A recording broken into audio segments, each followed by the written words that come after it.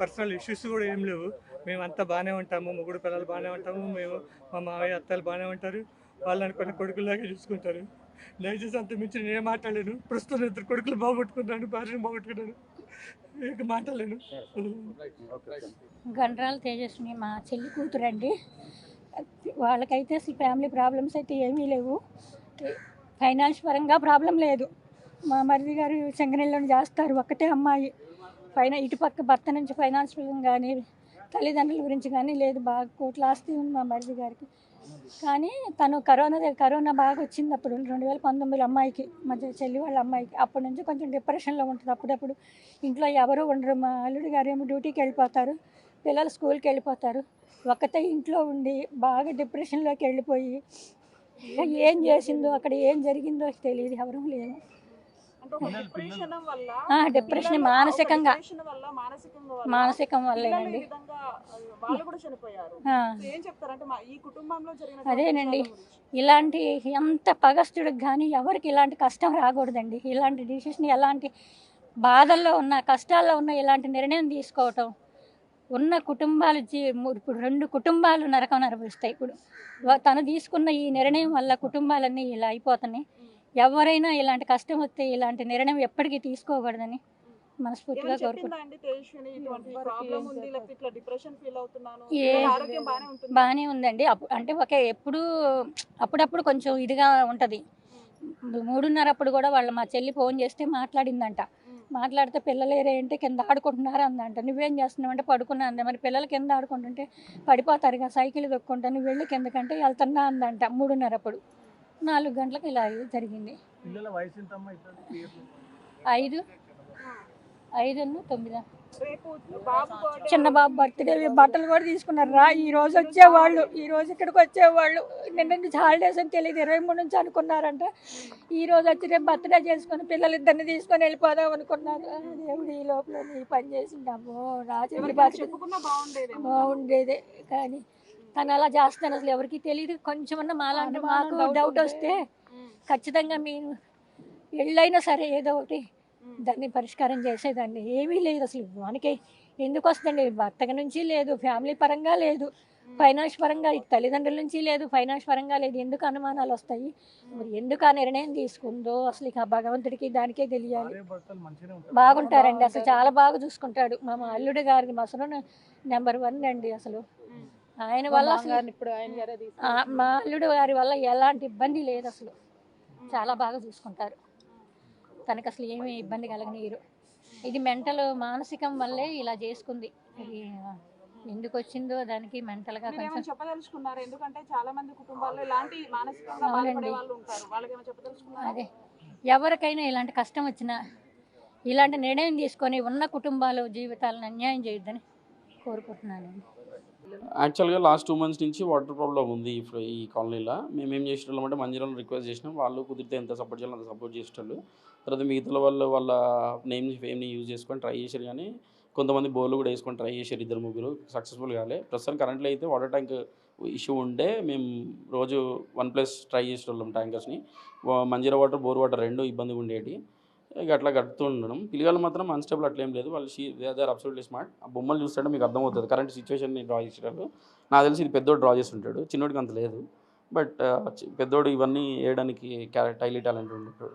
ఆ బొమ్మలు కూడా అవే రీసెంట్ వాటిని చూసి, ఆ వాటర్ ట్యాంకర్ వచ్చేదాన్ని చూసి, ఆ సొంపులో వాటర్ ఫ్లో అయ్యేది చూసి వేసుకుంటాడు. వాడికి చేయగలడు. ఇలాంటి చిన్నోడు అయితే చేయలేడు. వాడు కొంచెం అల్లరి వాయిస్తాడు మంచిగా. ఎగ్జాక్ట్లీ. మనం ఒక్కసారి ఈ పిక్చర్ని చూస్తే యాస్టీస్గా ఇక్కడ సంపుని నింపే దగ్గర నుంచి దిస్ ఈజ్ రాంగ్ అంటే వాటర్ అనేది చాలా ప్రాబ్లంగా ఉంది, ఇలా ట్యాంకర్స్ని తీసుకొచ్చి పోయడం కరెక్ట్ కాదు అనేది చెప్తున్నారు. సో అంత టాలెంటెడ్ పర్సన్స్, అంత స్కిల్స్ ఉన్నాయి చిన్న వయసులోనే. అంటే అసలుకి తన అమ్మనే చంపడానికి కారణం ఏమై ఉండొచ్చండి? అసలు we can't blame anyone here. మనం మానిటర్ చేసిన ఇన్ని 4+ years చూస్తానని షీఈ్ మెడికల్లీ కొంచెం ఇబ్బందిగా ఉండి అనిపించింది. ఎట్లా అంటే ఇది ఫాదర్ ఆమె ఎట్లా మాట్లాడేదంటే, ఫాదర్ని కూడా నేను మెంటల్ కాదు, నన్ను హాస్పిటల్లో వేయకండి, నన్ను ఇట్లా చేయకండి, అందరు నన్ను ఇట్లా వేరేటా చూస్తారని కార్నర్గా ఐడియాస్ ఉండేవి. స్ట్రేంజర్స్ని కూడా ఎవరైనా మాట్లాడుతూ ఉంటే నాకు గురించి డిస్కస్ చేసుకుంటారు అని చెప్పి వాళ్ళ మీదకి వెళ్ళి ఇట్లా చేయడం, అట్లాంటివి చేయడం చేసేది. చాలామంది యాక్చువల్గా మీటింగ్ పెట్టి మా అపార్ట్మెంట్ వాళ్ళని కూడా కంట్రోల్ చేయడం జరిగింది. అందరు సపోర్టివ్గా ఉండేటోళ్ళు. క్యారెక్టర్ అసెస్మెంట్ కూడా పడ్డాయి 2-3, కానీ it's not good. And I don't think, నాకున్న ఎక్స్పీరియన్స్కి వాటితో నా ఫ్రెండ్షిప్ బట్టి చెప్తున్నా, ఏదో father could do anything wrong, food will do no wrong, or mother could do wrong. అందరూ బాగానే ఉండేవాళ్ళు. ఒక్కటే ప్రాబ్లం ఇక్కడ, ఆమె మెడికల్ కన్సిస్టెన్సీ కరెక్ట్గా ఉండేది కాదు. చిత్త కైవశం కోల్పోయినా మా అమ్మ ఒక 20% వరకు అటు ఇటు ఉండేది, ఓవర్గా రియాక్ట్ అయ్యి ఉండేది. కొంచెం ప్రాబ్లం ఏంటంటే, నాకు తెలిసి హస్బెండ్ ప్రెషర్ ఎక్కడ చేసి ఉన్నట్టయితే పెద్ద పిల్లగాడికి హెల్త్ బాగుండేది కాదు. వాడిని ప్రతి 2 అవర్స్కి ఒకసారి డ్రాప్స్ చేయడం, వాడి హెల్త్ ఇష్యూని మానిటర్ చేయాల్సి వచ్చేది. వాడు కొంచెం సెన్సిటివ్గా ఉండేటోడు, ఏ డస్ట్ ఎలర్జీ ఉన్నా తొందరగా ఎలర్జీకి అయ్యేటోడు. వాడిని మానిటర్ చేసే దగ్గర కొంచెం డిస్కషన్స్ బాగా అయ్యాయి. అదొకటే నేను చూసింది. ఎప్పుడైనా అతనికి మెడికల్గా ట్రీట్మెంట్ చేయాలి, హాస్పిటల్కి తీసుకెళ్ళాలి, అట్లా ఏమన్నా ట్రై చేసేవాళ్ళ వెంకటేశ్వర్? సో ఇప్పుడు ఆమె మెడికల్లీ అన్స్టేబుల్ ఉన్నప్పుడు ఆమెకి ఏం చెప్పినా అర్థం కాదు కాబట్టి, ఇప్పుడు తన ఎట్లా ఉండేటోడు అంటే, హీఈస్ హైలీ సెక్యూర్గా, సేఫ్గా మనీ దాచిపెట్టుకోవడం, పిల్లల్ని మంచి స్కూల్ వేయడం, వాళ్ళని మంచి భవిష్యత్తు ఇవ్వడం. ఇప్పుడు చిన్న పిల్లల్ని ఏం చెప్పిస్తామంటే అండర్-19 స్ట్రైట్ ఫార్వర్డ్ చెప్తాడు. పెద్దోడు ఏం చేస్తాడంటే వాడికి నచ్చింది చేసుకుంటాడు, వాడు చాలా స్ట్రాంగ్ ఏది చెప్తాడు, అద్భుతంగా ఆడతాడు, అన్నీ బాగా టాలెంటెడ్ అని చెప్పేటోడు. మేము కూడా చూసేటోళ్ళం అట్లనే. నేను అనుకునేది ఏంటంటే, he's all good, what he could do is always a good father role. నా అట్లేం లేదు నెగిటివ్ నాకు తెలిసి. ఇట్లా కొంతమంది సెకండ్ మ్యారేజ్ అది అన్నారు, కానీ I don't believe in that. ఉన్నా లేకపోయినా వాడైతే మంచి ఫాదర్ లాగానే ఉన్నాడు, ఆమె కూడా మంచి మదర్ లాగానే ఉంది. మనం బ్లేమ్ వేయకుండా చూడగలిగేది, కంట్రోల్ చేయగలిగింది ఏం లేదని అంటే ఆమె మ్యాడ్నెస్ అంట. నేను ఆమె అన్న మాటలు చూస్తుంటే ఆమెను తీసుకుపోయి ఇప్పుడు ఎర్రగడ్డలో పెట్టలేము. ఆమె ఊరికి అనేది కూడా, నన్ను ఇక్కడ తీసుకుపోద్దు, నన్ను ఇందులో పెట్టద్దు అనేది. అందువల్ల వీళ్ళు కొంచెం మోర్ సొఫిస్టికేటెడ్గా హ్యాండిల్ చేద్దాం అనుకున్నారు, కానీ కుదరపోయింది. నేనేమంటానంటే, మ్యాడ్నెస్ని కంట్రోల్ చేయలేమన్న దానికి ప్రూఫ్ ఇది. ఇప్పుడు ఎవరికైనా ఇబ్బంది ఉందనుకో, ఆ చుట్టుపక్కల వాళ్ళు, ఆ పక్కన అపార్ట్మెంట్ వాళ్ళు ఎట్లుండాలంటే, గాసిప్ కైండ్ కాకుండా కోఆపరేటివ్గా ఉండాలి. మేమందరం కలిసి మాట్లాడతాము అట్లా ఉంటుంది. కానీ if you are expert, then you have to get in it. మీరు ఎక్స్పర్ట్ కాకపోతే లోపలికి వెళ్ళొద్దు. Your free advice also will make hills. Advices ఎట్లుండాలంటే స్ట్రాటజికల్గా ఉండకూడదు. వాడిని స్టేజ్ చూసుకొని, వాడి సైకలాజికల్ స్టఫ్ చూసుకొని ఇవ్వాలి. గతంలోనూ అంటే 8 నెలల క్రితమే పక్కనే అపార్ట్మెంట్లో తను చనిపోతూ వాళ్ళ పిల్లల్ని, భార్యని చంపేసి తను కూడా చనిపోయాడు. ఏదో బెట్టింగ్ యాప్స్లో లాస్ అయ్యాను అని చెప్పి, ఇలా ప్రతి చోట ఎక్కడొకక్కడ పిల్లల్ని, తల్లిదండ్రులని చంపేసి వాళ్ళు చనిపోతున్నారు. ఏం చెప్తారు? బేసికల్గా ఇప్పుడున్న ఎన్విరాన్మెంట్, మార్కెట్ స్టఫ్ చూస్తే ఏ జాబ్ రోల్ అయినా కొంచెం ప్రెషర్డ్గా ఉంది. ఈఎంఐస్, సోషల్ స్ట్రాటజీ మెయింటైన్ చేసుకోవడం ప్రెజర్లో పడిపోతున్నారు అందరూ. ఇన్ దట్ వే ఇంబ్యాలెన్స్ అయ్యి చేస్తుంటారు. కానీ మీరన్న ఇన్సిడెంట్ చూస్తే మాత్రాన హీఈస్ కైండ్ ఆఫ్ సైకిక్. చాలా కామ్గా ఉండేటోడు, ఎవరితో మాట్లాడేటోడు కాదు. అప్పుడు ఎవరైనా 2-3 మాట్లాడేటోడు. బాగా నేనేమనుకున్నానంటే, this is all lack of socialization. And ఇంకోటి ఏంటంటే, ఈఎంఐస్, ఈ మార్కెట్ వాల్యూస్ పెరిగిపోవడం, ఇల్లు ఈఎంఐలు పెరిగిపోవడం, జాబ్ ప్రెషర్ పెరిగిపోవడం, వాళ్ళని చూసి మనం కాంపిటేటివ్గా ఎదగాలి, ఇది ఉండాలని ఒక పాయింట్ వరకు బాగానే ఉంటాయి. But when you cross your lines, this could happen. Finally sir, మరొక్కసారి మనము ఈ విజువల్స్ని చూస్తే, ట్యాంక్ వాటర్ రాసిన దాంతోపాటు సేమ్ యాస్టీస్గా గేట్ వేశాడు, యారో మార్క్ కూడా దీని మీద వేశాడు. రేపునే తన బర్త్డే ఉందని కూడా తెలుస్తుంది. ఈ లోపే ఇది జరిగింది.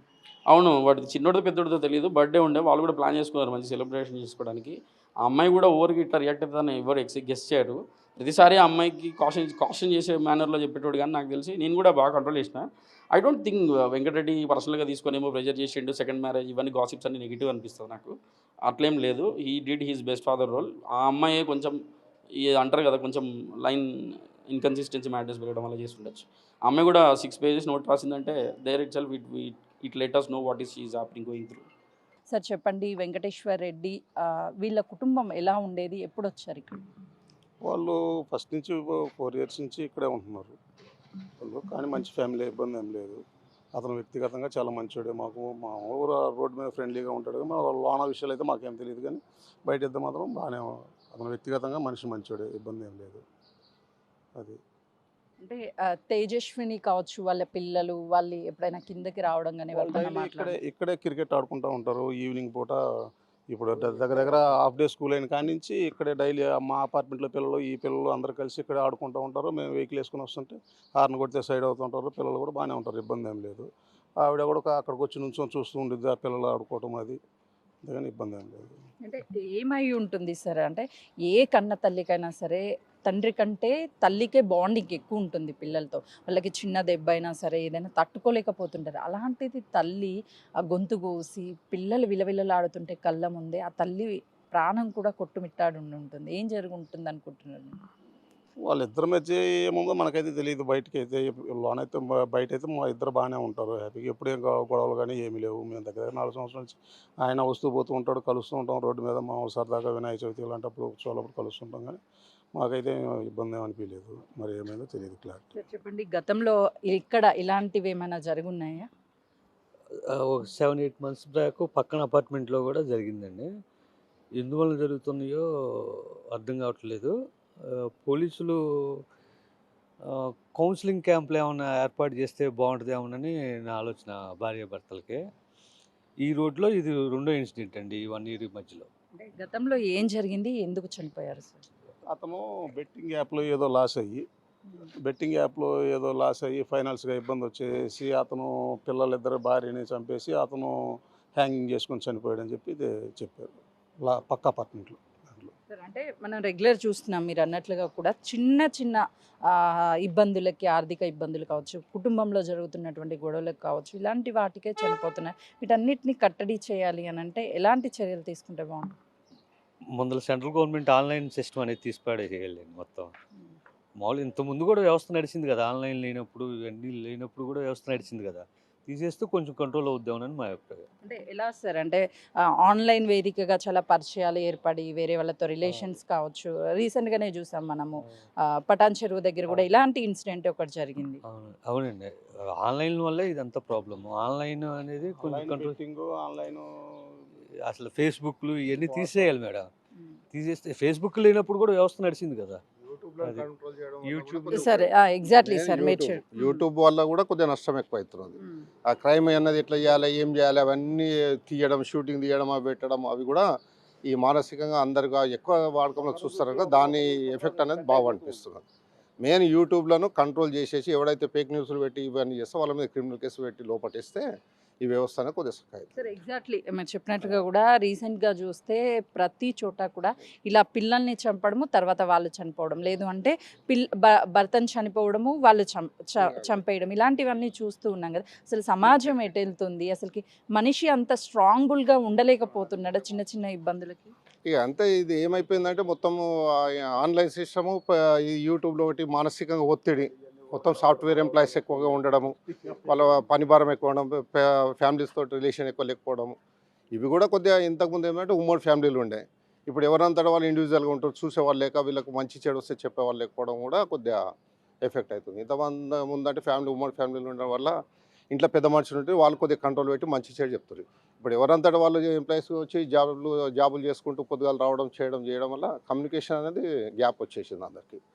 దాని ఎఫెక్ట్ కూడా బాగా చూపుతుంది. అందులో యూట్యూబ్లో 24 గంటలు అవి చూసుకోవడం, ఆన్లైన్ ఫోన్లో అవి పెట్టుకోవడం కూడా క్రైమ్ రేట్ అని పెరగడానికి కూడా కొద్దిగా ఇదవుతుంది.